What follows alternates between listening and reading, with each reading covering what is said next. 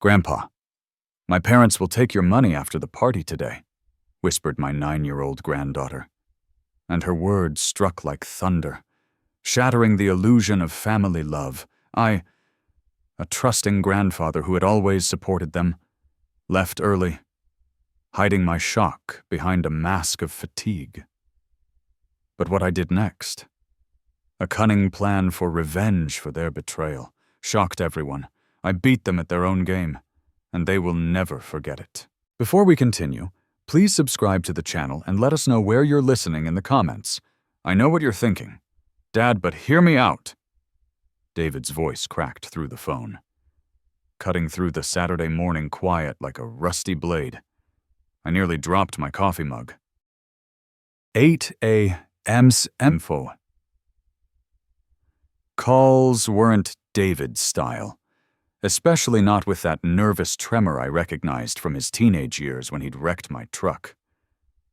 "What sounds strange?" "Son," I settled back into my kitchen chair, watching steam rise from my coffee while morning light painted golden squares across yesterday's unread newspaper. "Well, Jessica really we both think you should definitely come to Sophia's birthday party today." The words tumbled out too fast, like he'd rehearsed them but forgotten the rhythm. Something cold settled in my chest. Since when did they need to convince me to see my granddaughter? "David, when have I ever missed one of Sophia's birthdays?" No, that's not what I meant." A pause. I heard what sounded like Jessica's voice in the background. Sharp and insistent. "It's just that Jessica's been planning this for weeks, and she specifically asked me to call and make sure you're coming." I stirred my coffee slowly, watching the cream swirl into tiny hurricanes. Jessica specifically asking. The same Jessica who usually treated my presence like a necessary inconvenience. That's thoughtful of her. "Yeah, she's really excited about it." David's laugh sounded forced, metallic. "The party starts at 1, but maybe you could come a little early. We wanted to talk about some family stuff." The spoon clinked against the mug as I set it down. Family stuff. In 4 years of widowhood, family stuff had never required special conversations. What kind of family stuff? "Oh, just planning things. Future things. Jessica has some ideas about how we can all be more involved with each other." I walked to the window, phone pressed to my ear, watching Mrs. Jenkins across the street water her flower boxes. Jessica with ideas about family involvement. The woman who'd spent Christmas dinner last year checking her phone every 5 minutes. "That sounds nice." "David," I kept my voice level, but my businessman's instincts were screaming. 35 years of reading people across conference tables had taught me when someone was selling something they didn't believe in themselves. "Great. So, you'll be there early. Maybe around 12:30. I glanced at the refrigerator where Sophia's latest drawing hung next to my shopping list. A crooked house with stick figures labeled Grandpa, Daddy, Mommy, and me in purple crayon. That little girl was the brightest spot in my world since Catherine died. Of course, I'll be there early. I wouldn't miss Sophia's day for anything. "Perfect. And Dad," David's voice dropped lower, "just keep an open mind about what we want to discuss. Okay, it's all about making sure everyone's taken care of." The line went dead before I could ask what he meant by everyone's taken care of. I stared at the phone for a long moment, then set it on the counter next to my untouched newspaper. Something wasn't right. David's voice had carried that same guilty undertone I remembered from when he was 9 and had borrowed money from Catherine's purse for candy. But this felt bigger than childhood mischief. I poured fresh coffee and tried to shake off the unease. Maybe Jessica genuinely wanted to improve family relationships. Maybe I was reading too much into a simple invitation. But as I sat back down with my coffee, I couldn't stop thinking about that phrase, making sure everyone's taken care of. In my experience, when people started talking about taking care of everyone, they usually meant taking care of themselves first. I looked at Sophia's drawing again, and smiled despite my concerns. Whatever David and Jessica had planned to discuss, it could wait until after I'd celebrated my granddaughter's 9th birthday. Some things were more important than adult complications. Still, I made a mental note to listen carefully to whatever they want to talk about. 25 minutes later, I stood in my bedroom closet, staring at shirts Catherine would never see me wear again. The blue Oxford brought back her funeral, how Jessica had whispered about all this space while we buried my wife. Even then, something in her tone had felt calculating. I pulled the shirt from its hanger and caught my reflection in the mirror. $90,000. That's what I'd given them over the past 4 years. Mortgage payments, car loans, Sophia's private school tuition. Catherine would have called it excessive. But she'd also understood that Sophia deserved better than her parents could provide alone. My wallet sat heavy in my back pocket as I dressed.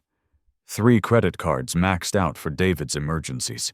The urgent transmission repair that turned into a full engine rebuild, Jessica's temporary need for grocery money that became a monthly expectation. Each request delivered with David's shame-faced explanations and Jessica's perfectly timed gratitude. Walking to the kitchen for my keys, I passed the refrigerator where Sophia's latest drawing hung beside my grocery list. She'd drawn our last fishing trip, 2 stick figures by a blue crayon lake, both smiling. Best day ever. Grandpa. Written in purple marker along the bottom. That's when Jessica's recent suggestion hit me with fresh clarity. 4 weeks ago, standing in this exact spot, she looked around my kitchen and said, "William, don't you think this house is getting too big for you? There are lovely assisted living communities where you wouldn't have to worry about maintenance." David had quickly changed the subject to Sophia's softball season, but Jessica's eyes had lingered on my granite countertops, the expensive appliances Catherine and I had chosen together, the same calculating look she'd worn at the funeral. I grabbed my car keys from the counter, remembering Catherine's last coherent words. "Promise me you'll always take care of Sophia, but watch David carefully. He's weak, and weak people make dangerous choices when someone strong is whispering in their ear." At the time, I'd thought she meant his drinking buddies or get-rich-quick schemes. Now, I wondered if Catherine had seen something in Jessica that I'd missed. The way she'd started every conversation about money with Sophia's needs, making me feel selfish for questioning the expenses. The garage door opener hummed as morning light streamed across my Mercedes. Catherine's car still sat in her spot, covered and pristine. I'd kept making payments on it for months after her death, unable to admit she was really gone. Maybe that's what they were counting on. My inability to say no when it came to family. The grandfather who'd rather pay than disappoint, who'd rather trust than investigate. But 35 years in construction had taught me to check foundations before building anything important. I backed out of the driveway slowly, watching my house shrink in the rearview mirror. By tonight, after whatever conversation David and Jessica had planned, I suspected I'd see everything differently. For now, I needed to buy my granddaughter a birthday present. Something special. Perhaps the last gift I'd give her before everything changed. Westwood Mall buzzed with Saturday morning energy as I parked near the main entrance. 9:15, and already families were streaming toward the toy stores. Perfect timing for Sophia's gifts. The Lego architecture section drew me immediately. Sophia had been fascinated by buildings since her school field trip to the Statue of Liberty last month. The Statue of Liberty set caught my eye, detailed enough to challenge her growing skills, but not overwhelming. $210 seemed reasonable for something that would occupy her curious mind for weeks. Excellent choice. Sir. The young clerk smiled as he rang up my purchase. My daughter loves this series. Would you like gift wrapping, please? It's for my granddaughter's 9th birthday. Next stop, sporting goods. Sophia had mentioned wanting a real bicycle, not the tiny pink thing she'd outgrown, The Trek model displayed near the window looked perfect. Lightweight frame, handbrakes she could manage, reflective strips for safety. $360. But her delighted face would be worth every penny. Loading the bicycle box into my SUV, I checked my watch. 10:10. Plenty of time for one more stop.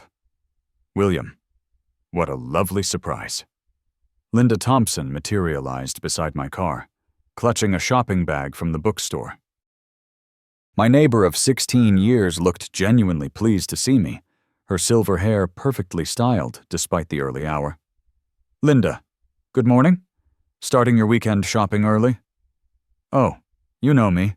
I like beating the crowds. She gestured towards the mall entrance, though I suppose you're here for birthday preparations. David mentioned Sophia's party when I saw him last week. He mentioned it. I closed the SUV's rear hatch, curious. Where did you run into him downtown? Actually, Wednesday morning.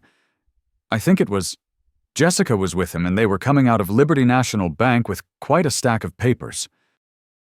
Linda chuckled, looked very official and serious, probably refinancing something the way young people do these days. Wednesday, 5 days ago.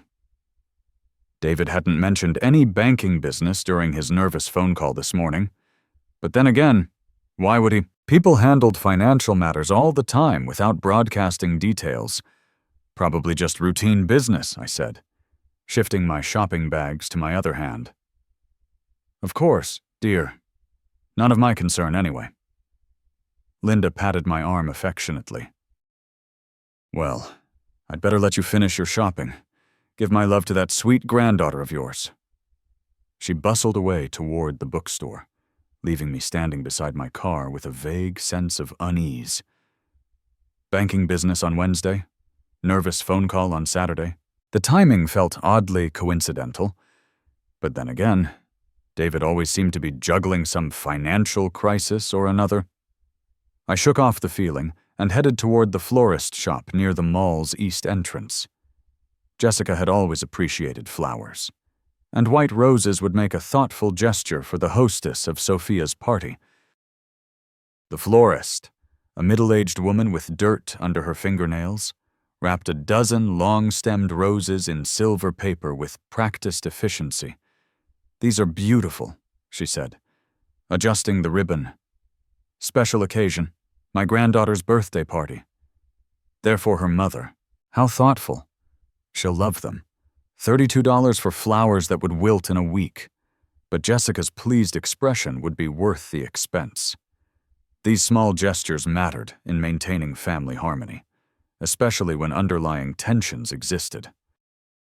By 10:30, my SUV was loaded with packages that represented nearly $650 of birthday celebration.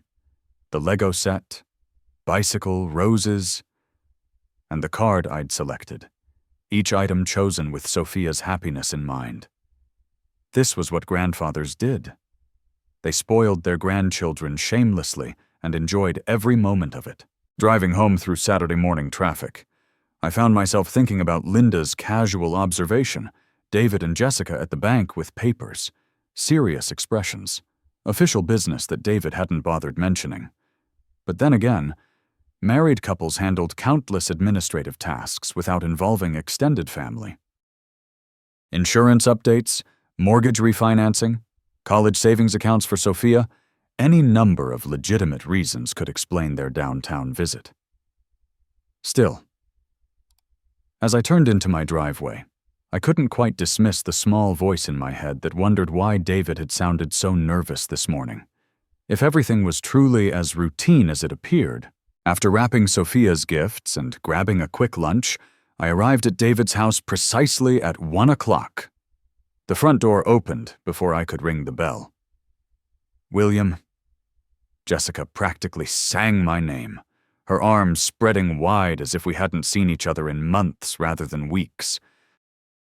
You look absolutely wonderful today. This enthusiasm felt foreign. Jessica usually offered a polite smile and quick hug before disappearing into kitchen duties. Today she touched my arm twice while speaking, her eyes bright with an energy I'd never seen directed at me before. Thank you. Jessica, the party looks lovely.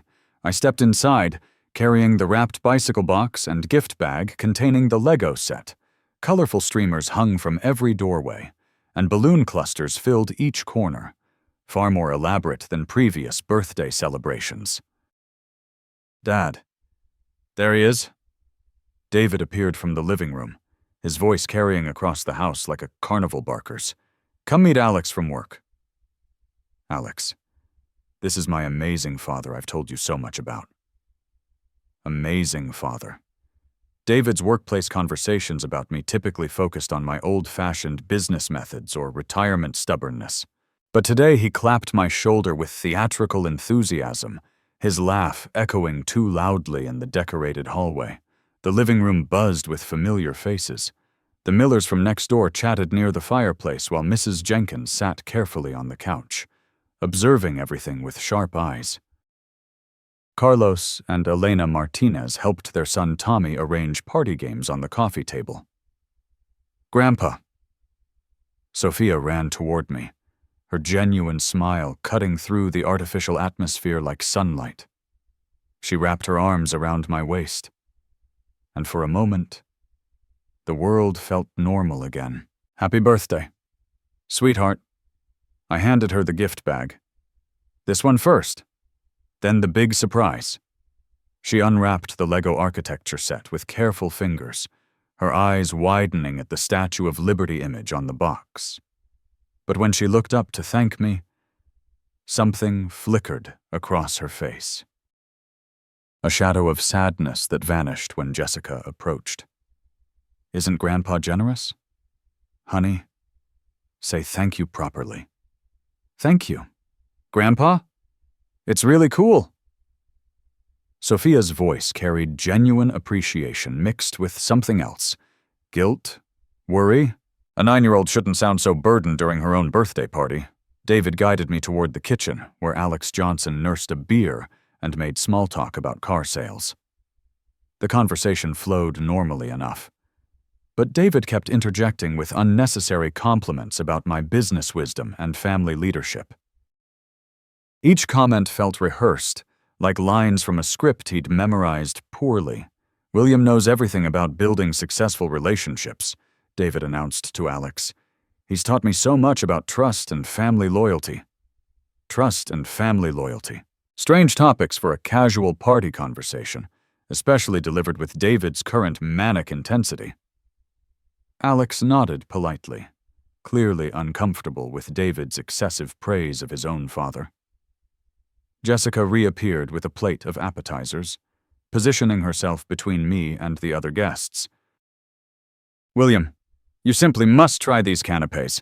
I made them especially thinking of your sophisticated tastes. My sophisticated taste, Jessica had never paid attention to my food preferences beyond ensuring adequate quantities appeared at family gatherings. Now she hovered beside me, refilling my wine glass before it emptied, and asking about my comfort level every few minutes. From across the room, I watched Sophia opening cards from school friends. Her movements seemed mechanical, polite but distant. When Tommy Martinez asked about her new Lego set, she nodded and smiled appropriately, but her responses lacked the genuine excitement I'd expected. She's growing up so fast, Mrs. Jenkins observed, settling beside me on the couch. Such a thoughtful child. She asked me last week if grandparents and parents ever disagree about important decisions. My wine glass paused halfway to my lips. What did you tell her? That families work through differences with love and honesty. Mrs. Jenkins studied Sophia with concerned eyes, though she seemed troubled by something beyond normal childhood worries. Across the room, David and Jessica exchanged a quick glance. The kind of wordless communication that suggested coordination. They'd been doing that all afternoon, I realized. Brief eye contact, subtle nods, perfectly timed interruptions when conversations approached certain topics. The afternoon stretched on with forced merriment and careful choreography. Every smile felt calculated, every laugh slightly too loud. every gesture of family affection performed for an audience. Only Sophia's behavior toward me remained authentic, though shadowed by whatever burden she carried. As the party wound toward its conclusion, and guests began gathering their belongings, David caught my attention with an overly casual gesture. "Dad, stick around after everyone leaves." "Okay, Jessica and I have been looking forward to that family chat we mentioned." The artificial cheerfulness began weighing on me like humidity before a storm. I excused myself with a polite smile, mentioning the bathroom down the hallway. Jessica jumped up immediately, offering directions I didn't need, her concern feeling rehearsed rather than genuine. Walking away from this party noise, I noticed Sophia watching me from beside the gift table. Something in her expression, worry mixed with determination, made me pause when I reached the hallway lined with family photos. Small footsteps followed behind me. "Grandpa." Her voice barely rose above a whisper. I turned to find her glancing back toward the living room, ensuring we were alone. The birthday girl, who should have been glowing with excitement, looked instead like she carried the weight of the world on 9-year-old shoulders. "What is it?" "Sweetheart." I knelt to her eye level, recognizing the serious expression she'd inherited from Catherine. "You look troubled." She bit her lower lip, a gesture that reminded me painfully of her grandmother during difficult conversations. "I need to tell you something important about Mom and Dad." My chest tightened. "What about them?" "Honey, they're planning to take your money tonight." The words tumbled out in a rush, as if she'd been rehearsing them. "After everyone goes home." I heard them talking last night when I was supposed to be sleeping. The hallway seemed to tilt slightly. I gripped the doorframe to steady myself, fighting to keep my expression calm for her sake. "What exactly did you hear Mom said? You have too much money for an old man living alone." Sophia's voice dropped even lower. "She told Dad they were going to fix that problem tonight." Dad seemed scared, but Mom said the papers from the bank would make everything legal. Papers from the bank. Wednesday's visit that Linda Thompson had mentioned suddenly made terrible sense. My business instincts, dormant for years, roared back to life with crystalline clarity. "Did they say anything else?" I asked gently. Though my mind raced with implications I hoped a 9-year-old couldn't understand. Dad kept saying, "What if he finds out?" And Mom said it would be too late by then. Tears welled in her eyes. "Grandpa, I don't want them to take your money. You're the only one who really listens to me." I pulled her into a fierce hug, feeling her small body trembling against mine. Catherine's granddaughter carrying adult secrets that no child should bear. The betrayal cut deeper, knowing they'd planned this within earshot of innocent ears. "Listen to me carefully," I whispered into her hair. "You did the right thing telling me, but we need to keep this our secret for now. Okay? Can you do that?" She nodded against my shoulder. "Are you going to stop them?" "Yes, sweetheart. I'm going to handle everything." I held her at arm's length, making sure she could see the certainty in my eyes. "But we need to go back to your party now and act normal. Can you be brave for me?" "I think so." She wiped her nose with the back of her hand. "Will you still love me if Mom and Dad get mad?" The question hit me like a physical blow. "Sophia, nothing your parents do could ever change how much I love you. Nothing. Do you understand?" Relief flooded her face, the first genuine smile I'd seen from her all afternoon. "I love you too, Grandpa." Hand in hand, we walked back toward the party sounds, but everything had changed in those few whispered minutes. The son I'd raised, the daughter-in-law I'd supported, the family I'd trusted with my heart. All of it now viewed through the lens of calculated betrayal. As we rejoined the celebration, I caught David's eyes across the room. He smiled and waved, The same false enthusiasm that had puzzled me earlier. Now I understood exactly what that performance was designed to accomplish. Returning to the party felt like walking onto a stage where everyone else had forgotten they were acting. I settled back into conversations with the natural ease that 35 years of business negotiations had taught me, while internally cataloging every glance between David and Jessica with devastating new clarity.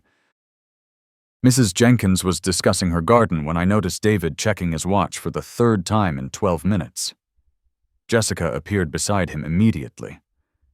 Their brief eye contact now obviously coordinated rather than coincidental.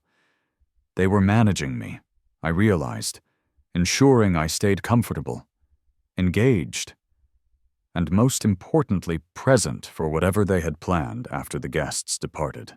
"William, how about some more wine?" Jessica's hand touched my arm with practiced concern. "You look a bit pale. Are you feeling all right?" Pale, yes. I probably was. Learning that your family plans to steal your life's work might do that to a person. But I managed a tired smile that wasn't entirely manufactured, just a slight headache. But I'm fine. Her expression shifted almost imperceptibly. The kind of micro-expression I'd learned to read in boardroom adversaries. Relief mixed with calculation. A tired, slightly unwell grandfather would be easier to manipulate than an alert one. For the next hour, I played my part perfectly. Gracious grandfather, generous family patriarch, aging man perhaps not quite as sharp as he once was. I accepted their attentions, praised their hospitality, and observed their increasingly obvious coordination with the detached interest of studying a chess opponent's strategy. David kept steering conversations away from financial topics. Whenever guests mentioned the economy or retirement planning, Jessica redirected discussions about my house, my health, my future living arrangements. They were managing information flow, ensuring nothing conflicted with whatever narrative they'd constructed for tonight's important family discussion. Around 4:30, as afternoon shadows lengthened and guests began collecting their belongings, I announced my intention to leave. I think I should head home early. This headache isn't improving. The effect was immediate. David and Jessica exchanged a look of genuine alarm. "Dad, wait." David moved to block my path to the door. "We really wanted to talk about those important family matters we mentioned. Remember, you promised to stay after everyone left. Perhaps another time?" I said, maintaining the weary grandfather persona. "I really need to rest." "But William," Jessica stepped closer, her voice taking on urgent undertones. "We have something special planned for tonight. Something we've been preparing for weeks. Something they'd been preparing for weeks. The bank visit Linda Thompson witnessed. Legal documents, plans that required my presence and cooperation." I could see the desperation creeping into their performance as their carefully orchestrated timeline threatened to collapse. "I'm sure it can wait until tomorrow," I replied gently. "Family isn't going anywhere." David's face flushed. "Actually, Dad, there are some time-sensitive issues we need to discuss. Financial matters that can't wait. Financial matters that can't wait." How interesting that David would phrase it exactly that way. I filed the comment away with all the other intelligence I'd gathered throughout this surreal afternoon. "Tomorrow, son. I promise." I turned toward Sophia, who had been watching our exchange with worried eyes. Kneeling to her level, I pulled her into what might be our last innocent embrace before everything changed. "Thank you for the most wonderful birthday party. Sweetheart, thank you for my presents. Grandpa." Her small arms tightened around my neck. "I love you so much. I love you too. More than you'll ever know," I whispered against her ear, quiet enough that only she could hear. "Everything will be okay." Standing, I felt David's hand on my shoulder, heavier than necessary, almost restraining. "Dad, please just give us an hour." 1 hour to discuss these important family decisions. I looked into my son's eyes and saw not the boy I'd raised, but a desperate man whose greed had overwhelmed whatever love remained.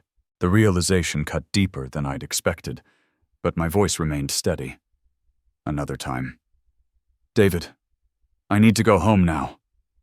Walking to my car while they watched from the doorway. Jessica whispering urgently in David's ear, both of them radiating frustrated tension.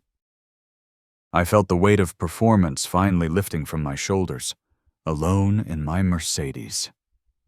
I sat for a moment in their driveway, processing the magnitude of what had just occurred.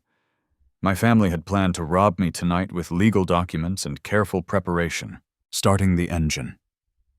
I pulled away from the house where I had celebrated what might be my last normal family gathering. Inside my house, the silence felt different than it had that morning. No longer peaceful, but pregnant with purpose. I walked directly to my home office, the room where I'd built my construction business from a single truck and stubborn determination. 35 years of important documents lived in the wall safe behind Catherine's portrait as I spun the combination lock. Muscle memory from decades of business dealings guided my fingers. 1959, Catherine's birthday. The irony wasn't lost on me that her memory would help me protect what we'd built together. The documents told a story I'd been too trusting to read properly. Bank statements revealing the pattern of financial requests that had escalated from hundreds to thousands over 4 years. Investment portfolios worth far more than David or Jessica realized. Property deeds for rental properties they didn't know existed. And most importantly, records of every payment I'd made to support their lifestyle. 289 individual transactions. I documented everything with the methodical precision that had made my business successful. Mortgage payments, car repairs, medical bills, private school tuition for Sophia. Each payment justified by some family emergency or opportunity that seemed reasonable at the time. Sitting at my desk with Catherine's photo watching from the bookshelf, I finally saw the manipulation clearly. The escalating requests had been conditioning, training me to say yes to increasingly larger amounts. Jessica's suggestions about assisted living weren't concern for my welfare. They were reconnaissance for tonight's planned theft. Every mortgage payment, every tuition check, I said aloud to Catherine's photograph. They've been planning this for months. My phone sat silent on the desk. David and Jessica would be scrambling right now, trying to figure out how to proceed without me present for their important family discussion. The thought gave me a grim satisfaction. Opening my business card file, I found Thomas Harrison's personal number, 22 years of friendship and professional respect with the vice president of Liberty National Bank. Thomas would remember the careful, detail-oriented contractor who'd never missed a payment or broken a promise. More importantly, he'd understand exactly what legal documents obtained under false pretenses actually meant. The clock showed 10:30 p.m., too late for business calls, but I made a note for tomorrow morning. First priority, understanding exactly what papers David and Jessica had obtained and how to neutralize their legal effectiveness. Next, I reviewed my will and trust documents, standard arrangements that left everything to David with provisions for Sophia's education and future. Written when I still believed my son possessed integrity and love for his family, rather than simply greed for our money. Those documents would need immediate revision. Susan Patel had notarized most of my legal paperwork over the years, independent, discreet, and unconnected to any bank where David and Jessica might have allies. Another call for tomorrow morning. Spreading the investment statements across my desk like battle plans, I calculated my actual net worth for the first time in years. $3.1 million in liquid assets, plus 4 rental properties, plus this house with no mortgage, far more than David and Jessica suspected, and certainly more than they could steal in one evening's legal maneuvering. But this wasn't about money. This was about justice for a 9-year-old girl whose parents were willing to traumatize her with adult secrets. This was about punishment for adults who'd exploit an elderly man's love for his family. This was about ensuring that betrayal came with consequences. Catherine's voice echoed from our last conversation. Watch David carefully. Weak people make dangerous choices when someone strong is whispering in their ear. Now I understood. Jessica had been whispering for 4 years. And David had chosen greed over family loyalty at every turn. My phone rang suddenly, jarring me from planning. David's name appeared on the caller ID. I let it ring. Sunday morning brought clarity that a restless night had failed to provide. After finally falling asleep near dawn, I woke with my businessman's instincts fully engaged and a specific plan formed. Over coffee in my home office, I opened my business contact file to Thomas Harrison's personal number. 10 o'clock seemed appropriate for calling an old friend about financial matters. Thomas and I had maintained our friendship through 22 years of loans, investments, and the gradual success of my construction firm. He'd trust a call from me, especially about portfolio management. Thomas, sorry to bother you on Sunday morning. I began when he answered. I've been reviewing my investment portfolio and wanted to get your thoughts on some consolidation ideas. William, always good to hear from you. His voice carried genuine warmth. What's on your mind? I'm considering simplifying my accounts, maybe centralizing everything for easier management. What are current banking policies on financial assistance programs? Well, there are several options depending on your needs. Are you thinking about automated services or more comprehensive management assistance? Perfect opening. Actually, I've been wondering about power of attorney arrangements, conservatorship options. Had any clients dealing with those recently? Thomas paused, and I could almost hear him considering confidentiality boundaries. Funny you should ask. Just last week, I had a couple inquiring about guardianship procedures for an elderly family member. My coffee cup stopped halfway to my lips. Oh, complex process. I imagine. Actually, they seemed quite prepared, had done considerable research on conservatorship requirements, documentation timelines. Very thorough people? Very thorough. My son and daughter-in-law had researched exactly how to steal my independence with legal precision. That's thoughtful of them to help their family. They were asking specific questions about mental competency evaluations, financial management documentation, timelines for court approval. Thomas's professional knowledge was exactly what I needed. They understood the terminology better than most attorneys I've worked with. Mental competency evaluations, court approval timelines. They'd planned to have me declared incompetent and seize control of everything I'd spent 35 years building. The scope of their betrayal kept expanding beyond what I'd imagined possible. Did they seem confident about their situation? I asked carefully. Absolutely. They mentioned having documentation ready, medical opinions prepared, said they expected the process to move quickly once initiated. Thomas chuckled. Most families aren't nearly so organized when dealing with elderly care transitions. Elderly care transitions. The euphemism made my hands clench around the phone. They'd researched how to institutionalize me while stealing my wealth. And they'd done it with systematic, professional thoroughness. Sounds like they really cared about their family members' welfare. I managed. That's what struck me most. How much preparation they'd put into ensuring everything would be legally proper and swift. They asked about expedited processes, emergency conservatorship procedures. Emergency conservatorship for situations where immediate action was necessary to protect someone's assets from their own incompetence. Hearing my own situation described in clinical banking terms felt surreal. Well, I appreciate the information, Thomas. Gives me a better sense of available options. Anytime. William, though honestly, you seem sharper than men half your age. Can't imagine you needing that kind of assistance for decades yet. If only he knew how close I'd come to needing it yesterday. Let's hope you're right. Thanks for taking my call on Sunday. Always a pleasure. Let me know if you want to schedule a formal consultation about your portfolio.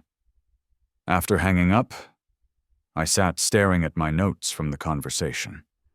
Mental competency evaluations, documentation ready, medical opinions prepared, emergency procedures. David and Jessica hadn't just planned to rob me, they'd engineered a complete legal framework to justify stealing my life. The phone rang suddenly, startling me from my thoughts. David's name appeared on the caller ID again. This time, I answered. Hello? I answered the phone with deliberate weariness, as if the effort of reaching across my desk required considerable energy. Dad, thank goodness. I was worried sick about you leaving early yesterday. David's voice carried what sounded like genuine concern, though I now recognized the calculation beneath it. Are you feeling all right? Oh, David. I let my voice trail off slightly, as if gathering thoughts had become difficult. I've been having these terrible headaches. Hard to concentrate on anything. That doesn't sound good. Maybe we should have you checked by a doctor. Jessica and I could drive you to the clinic this afternoon. Perfect. They were accelerating their timeline exactly as I'd hoped after disrupting their original plan. That's very thoughtful of you both. I've been feeling so confused lately. Don't worry, Dad. We'll take care of everything. We'll be over in about an hour. Okay? After hanging up, I spent 40 minutes preparing for the performance of my life. I mussed my hair slightly, put on an old cardigan that made me look frailer, and practiced the slower, more hesitant movements of genuine elderly confusion. When their car pulled into my driveway, I was ready. William, we brought some papers that might help with your situation, Jessica announced as they settled into my living room. She'd brought a leather portfolio that looked expensive and professional, the kind lawyers used for important documents. Papers. I blinked at her with what I hoped appeared to be genuine bewilderment. What kind of papers? David leaned forward, his expression earnest. Dad, we've been researching ways to help you manage things better, your finances, medical decisions, that sort of thing. Manage? I'm not sure I understand. I rubbed my temples as if the conversation was causing physical pain. Everything seems so complicated these days. Jessica opened the portfolio with practiced efficiency. These documents would give us power of attorney to help with your banking. Bills, medical appointments. Think of it as having a backup system. The forms looked professionally prepared with highlighted sections marked for my signature. Someone had invested serious money in legal consultation for this theft. I stared at the papers as if they contained hieroglyphics. It's all overwhelming, I murmured. I used to understand these things better. That's exactly why we need to do this now, Jessica pressed gently. Before things get more confusing for you, David shifted uncomfortably. Dad, are you sure you're okay? You seem really different today. I looked at him with what I hoped was confused gratitude. Different? I don't feel different. Just tired all the time. These headaches make it hard to think clearly. Jessica and David exchanged a glance, the same coordinated communication I'd noticed at the party. But now I understood its purpose. They were evaluating whether I was impaired enough to sign documents without fully understanding their implications.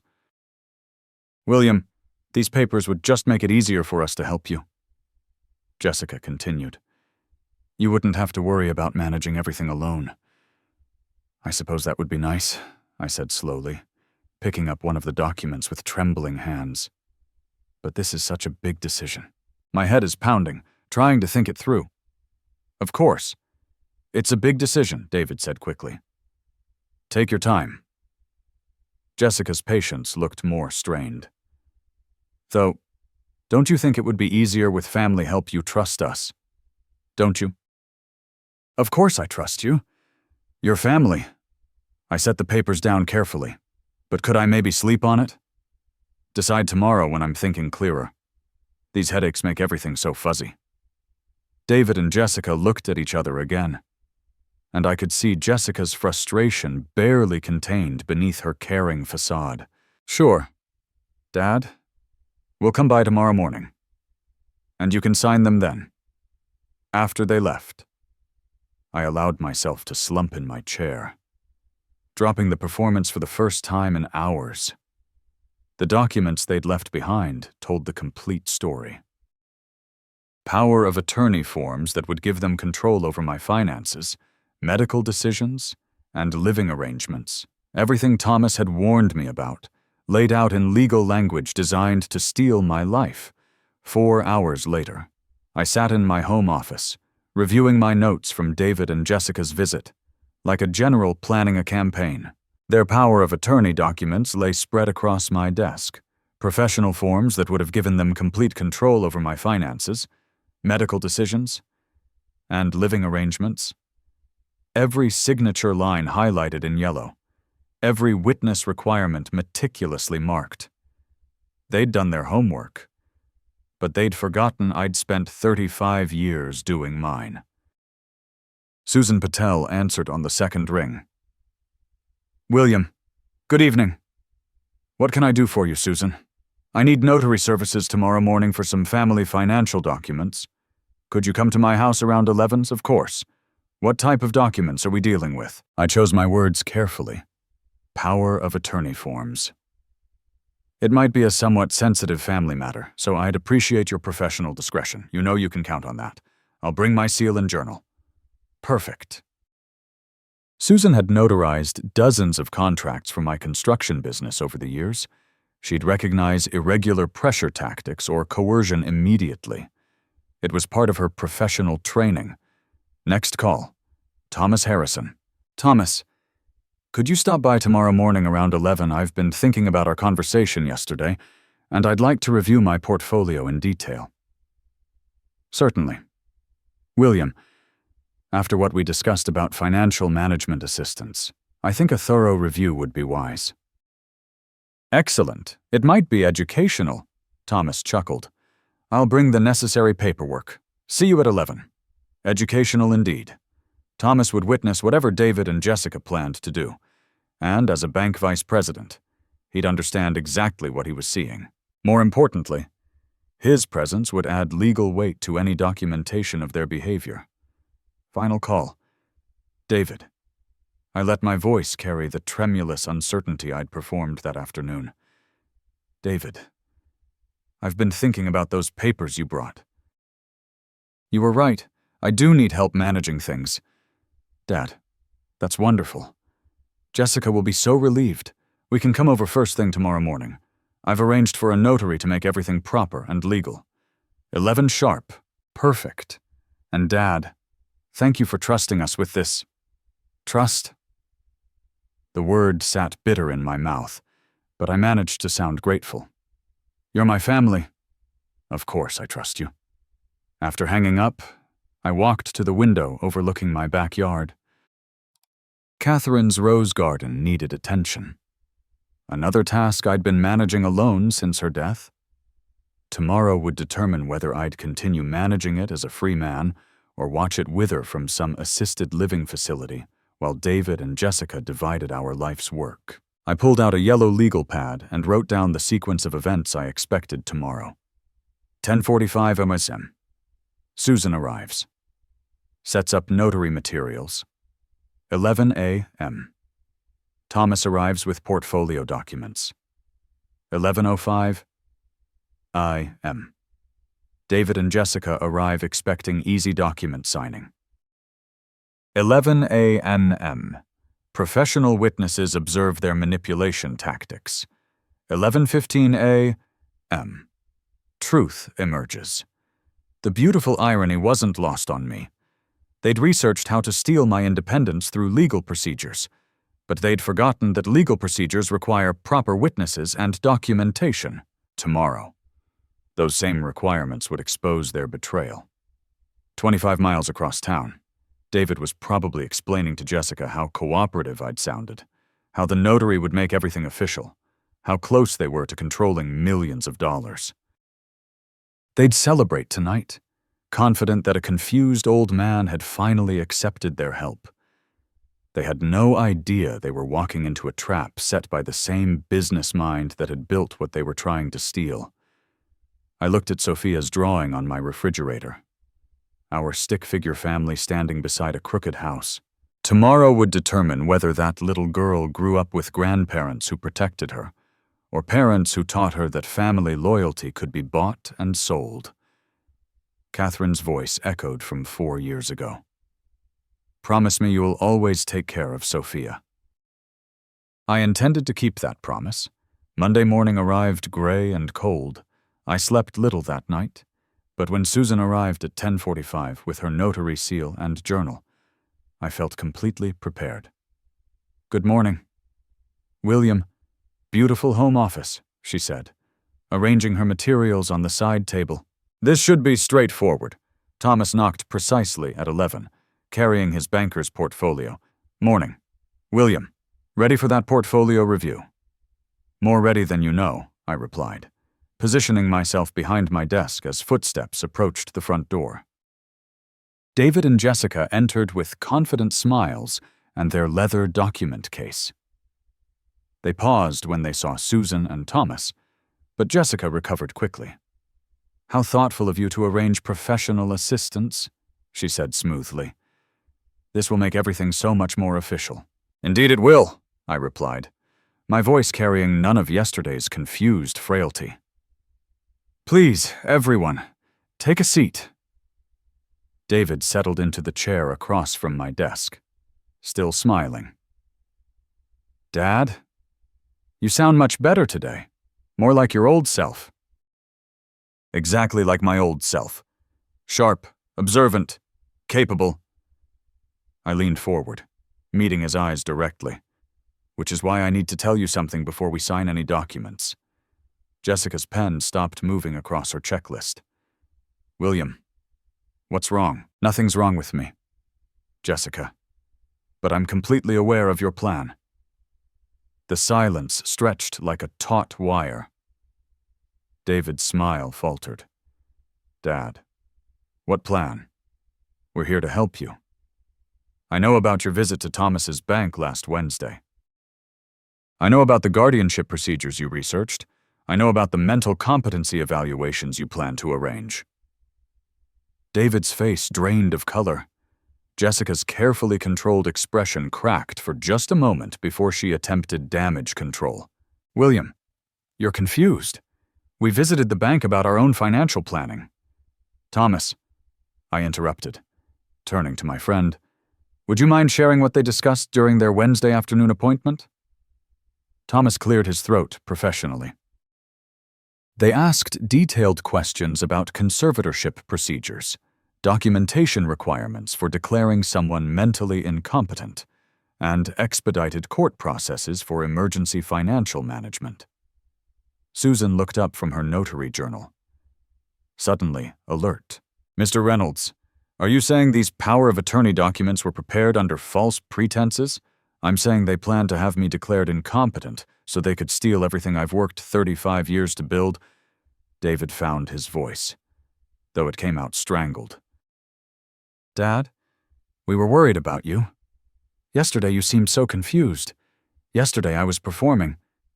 Today you're seeing who I really am. I opened my desk drawer and pulled out the documentation I'd prepared. 289 transactions over 4 years, $90,000 in support payments, every mortgage payment, every car repair, every private school tuition bill, all documented. Jessica leaned forward, desperation creeping into her voice. Those were legitimate family expenses. Conditioning payments, training me to say yes to increasingly larger amounts until I'd agreed to sign away my independence. I looked directly at her. You researched exactly how to have me institutionalized while you divided my assets.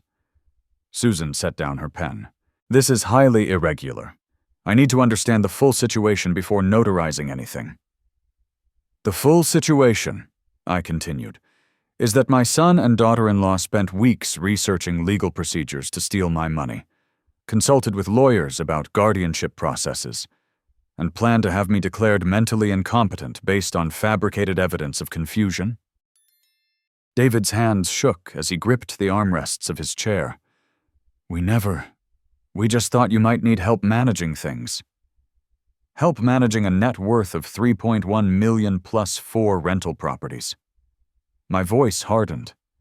Help that required consulting attorneys about emergency conservatorship procedures. Jessica stood abruptly. You're twisting everything. We love you. Love doesn't involve conspiracy. Jessica, love doesn't involve researching how to steal someone's independence while they're still healthy and competent. Thomas spoke quietly. William, the questions they asked were very specific. They knew legal terminology that most families never encounter unless they're planning something significant. Susan nodded grimly. In my experience, legitimate family financial planning doesn't require research into mental competency evaluations. The room fell silent except for David's labored breathing. He looked at me with something approaching recognition. Perhaps seeing for the first time the businessman who'd built the wealth they'd tried to steal. What happens now? He whispered. I stood, feeling every year of my age, but also every ounce of my accumulated wisdom and experience. Now we discuss consequences. Consequences, I repeated, opening my desk drawer to retrieve the legal documents I'd prepared over the weekend. I'm changing my will immediately. My estate will go into an educational trust for Sophia, accessible when she turns 21. David leaned forward desperately. Dad, please. We made mistakes, but we can fix this. The trust will provide for her college education, graduate school if she chooses, and startup funds for whatever career path she selects. I spread the new will documents across my desk. Susan, I need these witnessed and notarized. Jessica's voice cracked slightly. William, you can't do this to your own family. I'm protecting my family, I replied firmly, from parents who were willing to steal her grandfather's independence to fund their lifestyle. Susan examined the documents professionally. Mr. Reynolds, these terms are quite specific. There are conditions attached. If David and Jessica formally renounce all claims to my estate and demonstrate genuine change over the next year, I'll reconsider. But they must prove they've become the parents Sophia deserves. Thomas nodded approvingly as he witnessed my signature. The educational trust structure is excellent. She'll have every opportunity you never got to provide directly. David buried his face in his hands. What does genuine change mean? How do we prove that? By getting jobs that actually support your family instead of depending on me. By prioritizing Sophia's happiness over your own financial desires. By showing me that my granddaughter matters more to you than my bank account. Jessica stood abruptly, her composure finally cracking completely. How are we supposed to live without your support, the same way millions of other families do? Through honest work and responsible spending. The mortgage assistance ends today. The car payments stop immediately. You're both adults with college degrees. Figure it out. Susan finished notarizing the documents with practiced efficiency. Everything is legally binding now. Mr. Reynolds, you should keep these in a secure location. My attorney will have copies by this afternoon, I assured her. After Susan and Thomas departed with handshakes and promises of discretion, the three of us sat in uncomfortable silence. David looked broken. Jessica appeared to be calculating survival strategies. Is there anything else you want to say? I asked. David met my eyes for the first time since the revelation began. I'm sorry, Dad. I know that doesn't fix anything, but I'm genuinely sorry. Jessica said nothing, which told me everything about her priorities. Words are cheap. David, actions over the next year will determine whether this family has a future together. 4 hours later, Sophia knocked on my door, her school backpack still slung over her shoulder. Grandpa, Mommy said you wanted to see me? I knelt to her eye level, just as I had in the hallway 2 days ago. Come sit with me, sweetheart. We need to talk about some grown-up things. She settled beside me on the couch, her 9-year-old wisdom already sensing something serious. Is this about what I told you partly? Your mommy and daddy made some bad choices about money, and there have to be consequences. But none of this changes how much I love you. Are they in trouble? They have to learn to take better care of themselves and you. But Sophia, I want you to know that your future is completely safe. I've made special arrangements to make sure you can go to any college you want, study anything that interests you. Her eyes brightened slightly. Even veterinary school. That's really expensive, especially veterinary school. And if you change your mind and want to be an engineer or a teacher or start your own business, there will be money for that too. What about mommy and daddy? They're going to work very hard to become better parents. And if they succeed, our family might be able to heal from this hurt. But even if they don't, you and I will always have each other. She hugged me tightly, and I felt Catherine's presence in that embrace. 3 generations of love continuing despite betrayal and broken trust. Can we look at college brochures? Sophia asked. I want to see what veterinary schools look like. Absolutely. I smiled, reaching for my laptop. We have all the time in the world to plan your future. Outside.